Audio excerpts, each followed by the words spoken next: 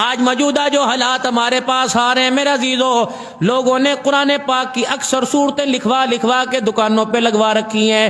قرآن دیکھنا ہی برکت ہے، اس کا پڑھنا ہی برکت ہے، اس کا سننا ہی برکت ہے۔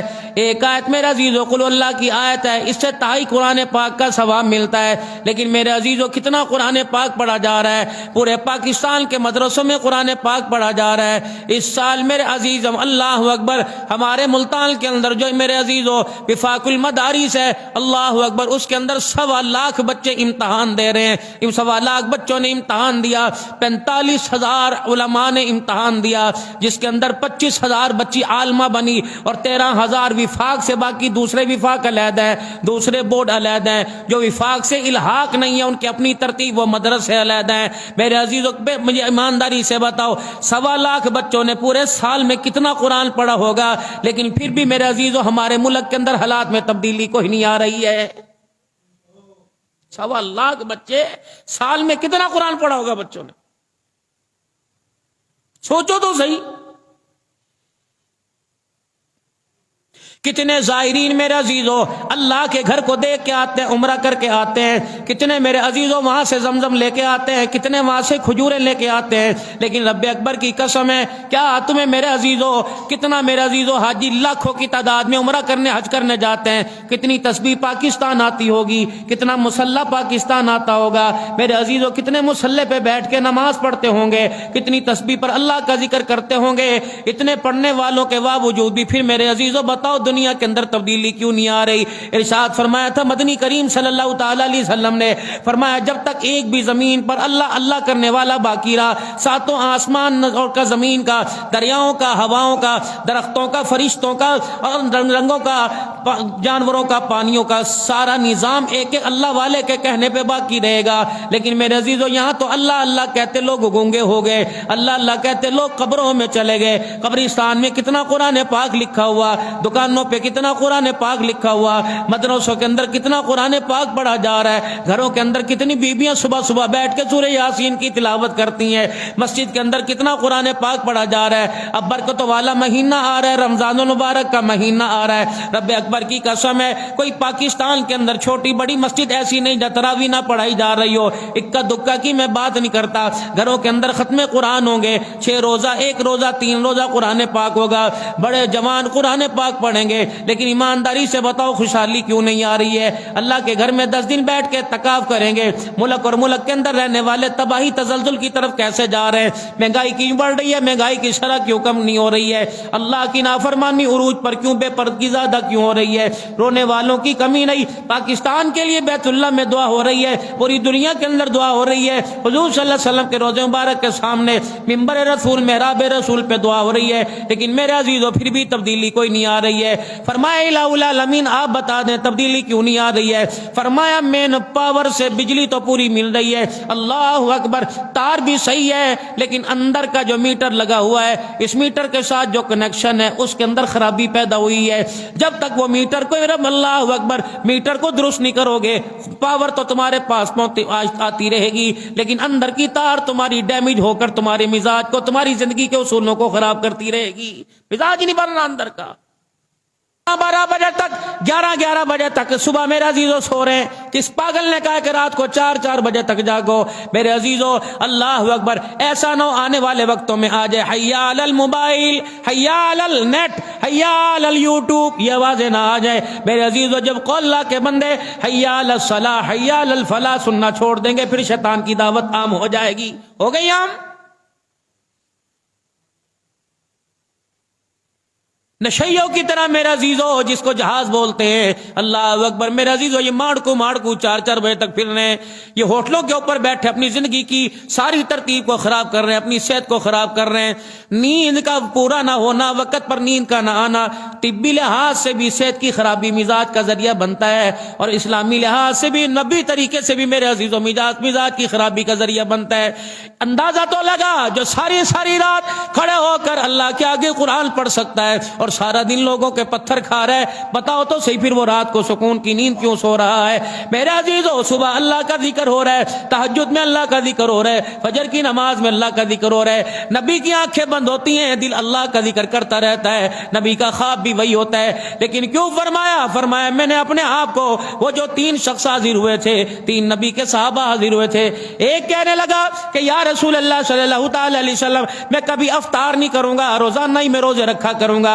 ایک کہنے لگا اللہ غنی، میں ساری رات جاگا کروں گا اور میں کبھی رات کو نہیں سوؤں گا۔ ایک کہنے لگا میں ساری رات جاگوں گا کہ کبھی میں رات کو نہیں سوؤں گا۔ تیسرا کہنے لگا میں نکاح ہی نہیں کروں گا۔ آپ نے فرمایا میں اللہ کا نبی ہوں تو میرے سے زیادہ عبادت والا ہے، میں نے نکاح بھی کیے، میرے بچے بھی ہیں، اور جو میرے مزاج پہ نہیں چلے گا، فمن رغب عن سنتی فلیس منی، جس نے میری ترتیب سے ہٹ کے ترتیب بنائی وہ میری امت میں سے کوئی نہیں ہے۔ دوسرا فرمایا او لوگوں میں رات کو سوتا بھی ہوں، رات کو جاگتا ہوں، یہ میرا طریقہ ہے، اگر اس سے ہٹ کے چلے گا فلیس منی، اسے میرا امتی کہلانے کا کوئی نہیں۔ او لوگوں، میں ایک دن افطار کرتا ہوں، کبھی 2 دن افطار کرتا ہوں، ایک دن روزہ رکھتا ہوں، اس ترتیب سے چلے گا قیامت کے دن اپنا ہاتھ میرے ہاتھ میں پکڑائے گا۔ اگر اس ترتیب سے نہیں چلے گا تو دنیا میں بھی اس کا میرا رشتہ کوئی نہیں، میدان محشر میں بھی اس کا میرا رشتہ کوئی نہیں ہے۔ مزاج نبوی کی تھوڑی سی خلاف بات آ رہی ہے، جب رات کو میرے عزیزو 4 بجے تک سوئیں گے تو ڈاکٹر طیب کی نمازیں بھی میرے عزیزو آگے پیچھے ہوں گی، کیا کریں، کلینک پہ مریض کا رش ہوگا، لیکن کرتے نہیں ہیں یہ۔ پھر ڈاکٹروں کا بھی مزاج بادشاہوں والا بن جائے گا، ڈاکٹر روم میں ہیں، ڈاکٹر چائے پی رہے ہیں، ڈاکٹر صاحب کے پاس ابھی میٹنگ چل رہی ہے، مریض پاگل ہوں گے کہ 5 نہیں 10,000 ڈبل فیس کا ٹوکن لوں گا، میری تشخیص کرا دو۔ اللہ فرماتے ہیں تشخیص تو میں نے کر دی، تشخیص میں نے کر دی، من عمل صالحا من ذکر او انثى وهو مؤمن فلنحيينه حیاتا طیبہ۔ ایک ہی بات تھی، ایمان کی حالت و عمل اچھے کر لے، اے بندے دنیا کی زندگی تیری مرضی کے مطابق بنا دوں گا۔ ومن اعرض عن ذکری فإن له معیشة ضنکا، اگر میری مرضی پر اپنی مرضی تھوپے گا تو میں تیری زندگی اتنی تنگ کر دوں گا، اللہ اکبر، تو موت مانگے گا تو تجھے موت بھی کوئی نہیں آئے گی، وعدہ قرآن کا۔ اب مزاج کیا ہوتا ہے، اور چل یار انہوں سمجھ نہیں، تو ہی کچھ کر لیندہ، تو تے سمجھدار سی۔ اللہ نے اس کا بھی میرا عزیز و منہ توڑ جواب دیا، ان اللہ لا یغیر ما بقوم حتی یغیر ما بانفسہم، اگر تمہیں اپنی حالت پہ رحم نہیں آتا تو میں اللہ کو بھی تمہاری حالت پہ رحم کوئی نہیں آتا، دفعہ ہو جاؤ، نکلے یہاں سے۔ لا یغیر، خدا اس قوم کی حالت نہیں بدلتا جس قوم کو فکر نہ ہو اپنی حالت کے بدلنے کا۔ اللہ کہتے ہیں کیا مجھے کہا، میرا دین اتنا سستا نہیں ہے، میرا دین اتنا سوکھا نہیں ہے، میں تیرے آگے لے کے پھروں، دین قبول کر لے، دین قبول کر لے۔ چمڑا آمنا کے لال کا ادھڑا، یہاں تک طائف کی گلی میں میرے عزیز و آسمان کی طرف منہ کر کے دیکھ کے رو رہے۔ جبرائیل کہنے لگے یا رسول اللہ کیا ہوا، آنکھوں میں کیوں آنسو آ گئے؟ کہنے لگے میں نے آج کچھ اپنے رب سے پوچھنا ہے۔ میکائیل بھی ہتھیار لے کے تیار کھڑا ہے، آسمان اور بادلوں کے فرشتے تیار کھڑے ہیں۔ یا رسول اللہ تیرا ایک اشارہ، حاضر حاضر ہم تارے تابع ہیں، کملی والے آپ اشارہ کرو، کہ بس مجھے اللہ سے کچھ باتیں کرنے دو۔ آسمان کی طرف رحمت والے نبی کا چہرہ مبارک اٹھا، آپ کی نگاہوں سے جب آنسو ٹپکے، رب اکبر کی قسم زمین والے آسمان کے فرشتے حضور کو دیکھ کر افسردہ ہو گئے۔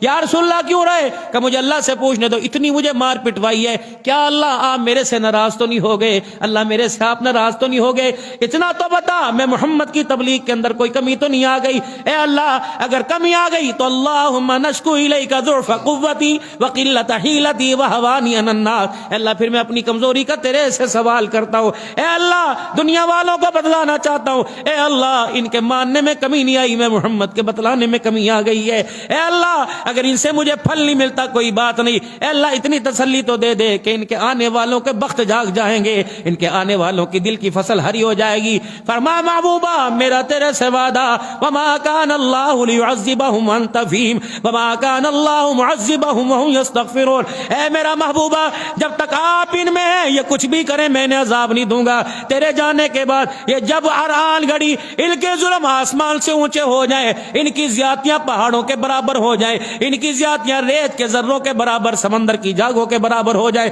وما کان اللہ معذبہم، اے میرا محبوب تیرے جانے کے بعد رو کے دکھائیں گے، وہم یستغفرون، اور معافی کر کے دکھائیں گے۔ اے میرا محبوب اعلان کر کے چلا جا، آ جا عائشہ کے حجرے میں روزہ انور میں آ جا، محبوب اپنے امتیوں کو پیغام دے دے، رو کے دکھانا تمہارا کام ہے، رحمتوں کی چادروں میں چھپا لینا میں اللہ کا کام ہے۔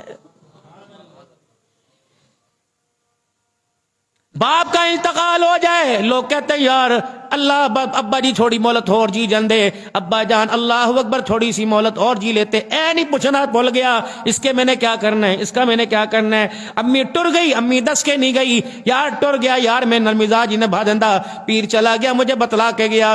حجۃ الوداع کا موقع ہے، رحمت والے نبی صلی اللہ تعالی علیہ وسلم پہلے خدا اعلان سنو، اللہ کا اعلان کیا آیا، یا ایھا الرسول بلغ ما انزل الیک من ربک، اے میرا محبوبہ جو ہم نے آپ پہ ذمہ داری نبھائی، اپنے وعدے کو آپ پورا کرنا، ہم اپنے وعدے کو پورا کریں گے، جو آپ پر میں نے ذمہ داری نبھائی، نہ فکر کر چاچے کی، نہ فکر کر تائے کی، نہ فکر کر رشتہ دار کی، نہ فکر کر اپنے پرائے کی، انک لا تہدی من احببت ولکن اللہ یہدی من یشاء۔